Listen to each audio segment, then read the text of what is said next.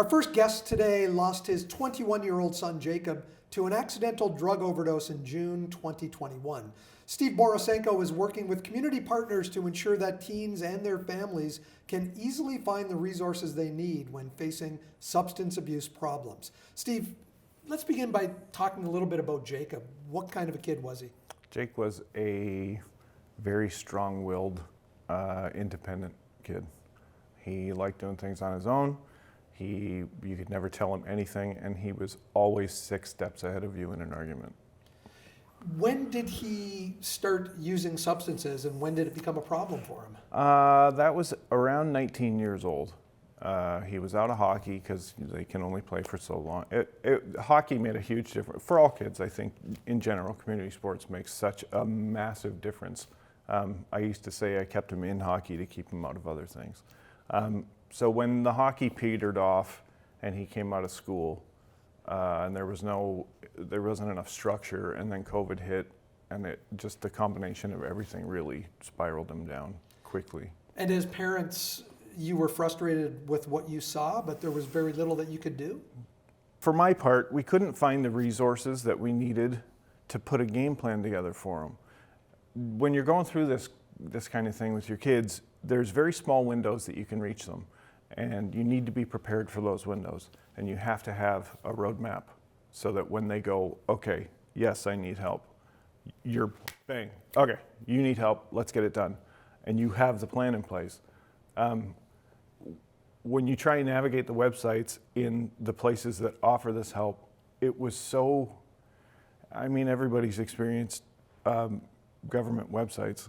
They're not user-friendly. They're difficult to find the information that you want. Well, I've always said that, all the information in the world is out there on the web, but finding it is a different issue. Oh yeah, it's a different story. It's impossible to find. So when Jake first had his first overdose in February, there was only 2. The first one, I found myself in a hospital at 2 a.m. in the morning after getting the phone call no parent wants, and then I'm in the waiting room, and a nurse, God love the nurses and doctors in the Wellness Hospital, they were incredible, but they were really held back on what they could actually do because they didn't have the resources that they needed. They pointed me to a turnstile with some pamphlets on it. My son's in the other room, overdosed. I'm not about to read through pamphlets. No. I don't even know my name at that point, so how am I supposed to read through and try and get an understanding and put a game plan together by myself? There was no SaveMyLife.ca. We didn't have that. And I think if we did, it would have made a difference for me and Jake. I'm not sure what the outcome could have been. I can't speculate on that, but it would have helped. SaveMyLife.ca is the new resource, and you are one of the community partners behind that. Yes. How did this get going? When Jacob passed away, about 7 days after he passed away, I got a hold of Walter Senzik, the former mayor of St. Catharines, and asked him, I just said, this happened. What can we do? I don't want to see other parents go through this. I don't want to see other kids go through this. What can we do? How do we put this together? So his suggestion was we come up with a task force and we brainstorm and we see what we can do. So I went to an open meeting in August or September, and I asked for a task force to be put together, and they did. Every resource came out of the woodwork and said, yes, we're in. And it was all of a sudden, instead of having different silos all over the region that offered this great support, everybody came together and said, yeah, let's do this. Let's make it easy. Let's make it simple and understand the people that we're dealing with that want to get the help and actually trying to get them help together as a region. I love the way it's set up as well. When you type in SaveMyLife.ca, it comes up and it asks you a couple of questions. Yeah. Who are you? Are you a parent? Are you a user? Where do what are you hoping to get out of this? Yeah.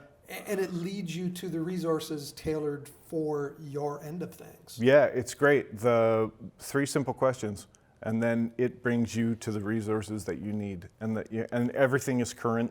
Email addresses, phone numbers, descriptions of the service are all current. It tells you whether or not you pay for it. It tells you if it's free. It tells you how, there's so much info in there that before was a turnstile in a hospital. Well, you know what else I like about it? There's not a lot of useless information in there. There's not a lot of, about us. This is us.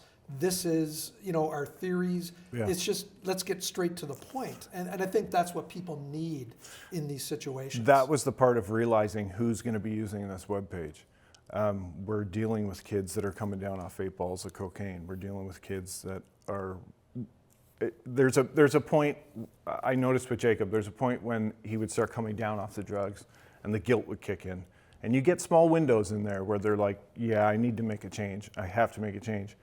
But they're still not, you can't use big wordy explanations. No. You have to talk to them on their level, and you can't talk down to them, and you can't force things on them. You need to just sort of guide them. And you guide them with easy language that they're not gonna feel like they're dumb because they don't understand. So that was part of it. And even with parents, because you're going through this nightmare of a situation, you don't wanna sort of look at it and go, I don't even know what they're saying. You're talking all this language that I don't get. And we did, there were periods of times where I would sit in on the calls and we'd have these big Zoom meetings and we would all talk about it. And for the first 3 months, I was sort of like, I'm new to this. I don't know what you guys are talking about. And I've just been through it, but I still I can't comprehend what you're saying because I don't use the same language you do. We need to, I don't want to say dumb it down, but we need to address the people that this is built for. Not us. Well, I think you've done a great job on that. And as well, when you get in, all the resources are there and their phone numbers are front and center. Yeah. So I don't even have to click on the resource. I can read that little bit of a card and immediately phone the number. It's not like the brochures flipping to the 5th panel until you find the number. Yeah, we tried to extract the info that you needed and just make it simple. And just, this is it. This is what you need. If you want to get more, here's the phone number. Call and book an appointment or talk to some, if it's urgent, there's urgent 24/7 man phone numbers on there. Use them. That's what they're here for. I want to express my gratitude for you coming here today and spreading the word about this, and also my condolences for the fact that you lost Jacob, and losing Jacob is what led to this. One great thing that is going to come out of this is that other lives may be saved. I had a moment where I was like, okay, I can tunnel and I can not do anything, or I can give my son's life purpose.